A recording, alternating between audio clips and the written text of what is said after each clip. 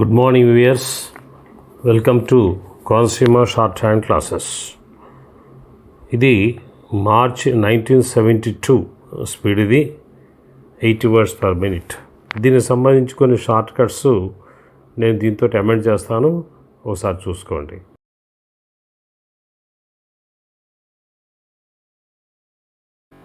ఇదే పాసేజీ 90 words per minute స్పీడ్లో కూడా అవైలబుల్గా ఉంది. మీరు ప్లేలిస్టులు చూసుకున్నట్టయితే 90 స్పీడ్ కూడా ఇదే పాసేజ్ రాయొచ్చు. Right, 5 seconds. Start. The role of the university. I shall first deal with the problem of education and employment. I believe that the present system of university education, both in its content and in its methods, does not give any special training for employment except for white-collar jobs.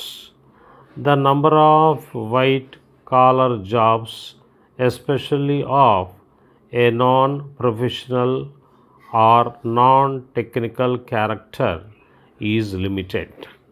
One has to make it clear to the university entering student community that the demand of white-collar employment is becoming less. They should not, therefore, waste their time and money in getting university education. Even white-collar jobs should be made more easily available to young men and women who have completed their secondary education.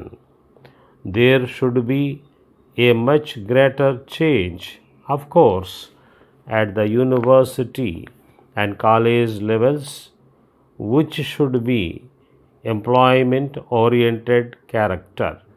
Finally, university students must be given opportunity to do some practical work, manual or otherwise. When they finish their education, they will not just become seekers of jobs, but start new economic activities on their own. If these suggestions are carried out, the prospects of rising unemployment among graduates will diminish, if not disappear altogether. Meanwhile, of course, urgent steps are necessary for dealing with the backlog of the graduate unemployed. The second question on which I want to say a few words is the vexed problem of student unrest. This is not just an Indian phenomenon, but of the entire world. They find that our professions rarely coincide with our actual way of life and work. They find us out of date in our knowledge, ideas, and social attitudes. This is a conflict between generations where the young stand for participation in both decision making and implementation. Speeches or discipline are no solution. What is required is understanding on the part of the old of the desires and values of the young. It is only friendship and affection that can bring about enduring student discipline. More attention needs to be paid to the physical problems of student welfare and education, such as textbooks, libraries, and hostels. It is also necessary to provide more opportunities for student teacher communications and dialogues. Finally, I would like to say something about academic standards. I know that our academic standards are undergoing changes because of increasing numbers, changes in the media of instruction, and inadequate educational facilities. Our teaching methods have to change with the lecture system by seminars and tutorials. More rapid progress has to be made in the production of high quality textbooks. The examination system has to be reformed. The evaluation must find a place for internal assessment. Our graduates constitute the bulk of what we may call the elite in our society.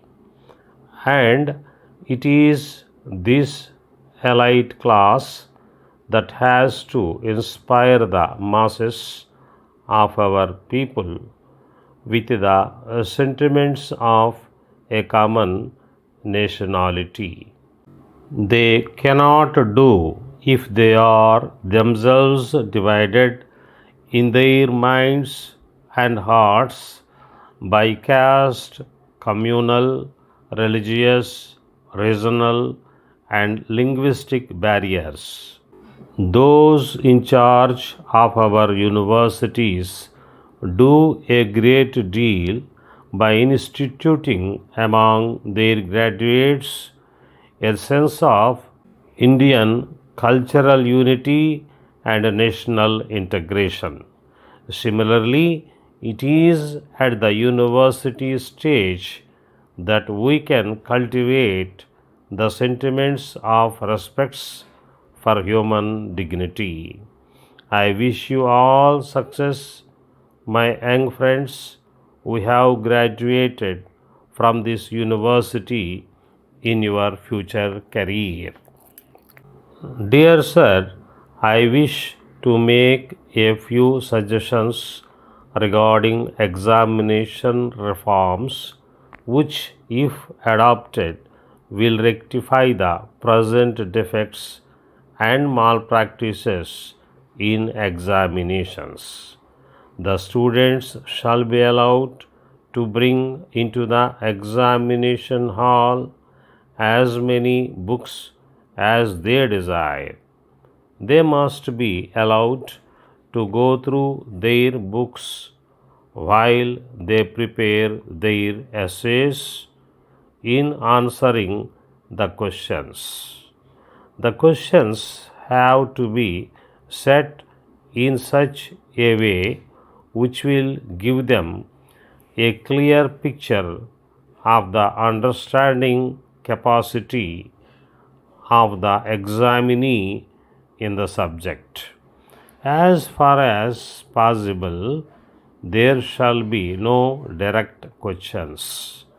Under any circumstances, we must try to find out the real merit of the students. Such of those candidates who merely get the notes by heart and those who cannot write original essays are automatically eliminated as a result of the present system. Only those who are actually teaching the subject shall be appointed as examiners in as much as they will be quite thorough with the subject. The scripts after valuation should be handed over back to the students so as to enable them to know their own mistakes. After this is done, the candidates should undergo an oral test by a committee consisting of internal as well as external examiners. In view of the fact that there is growing unrest among the present day student community, the above suggestions may be considered. I request you to acknowledge the receipt of this letter. Yours faithfully,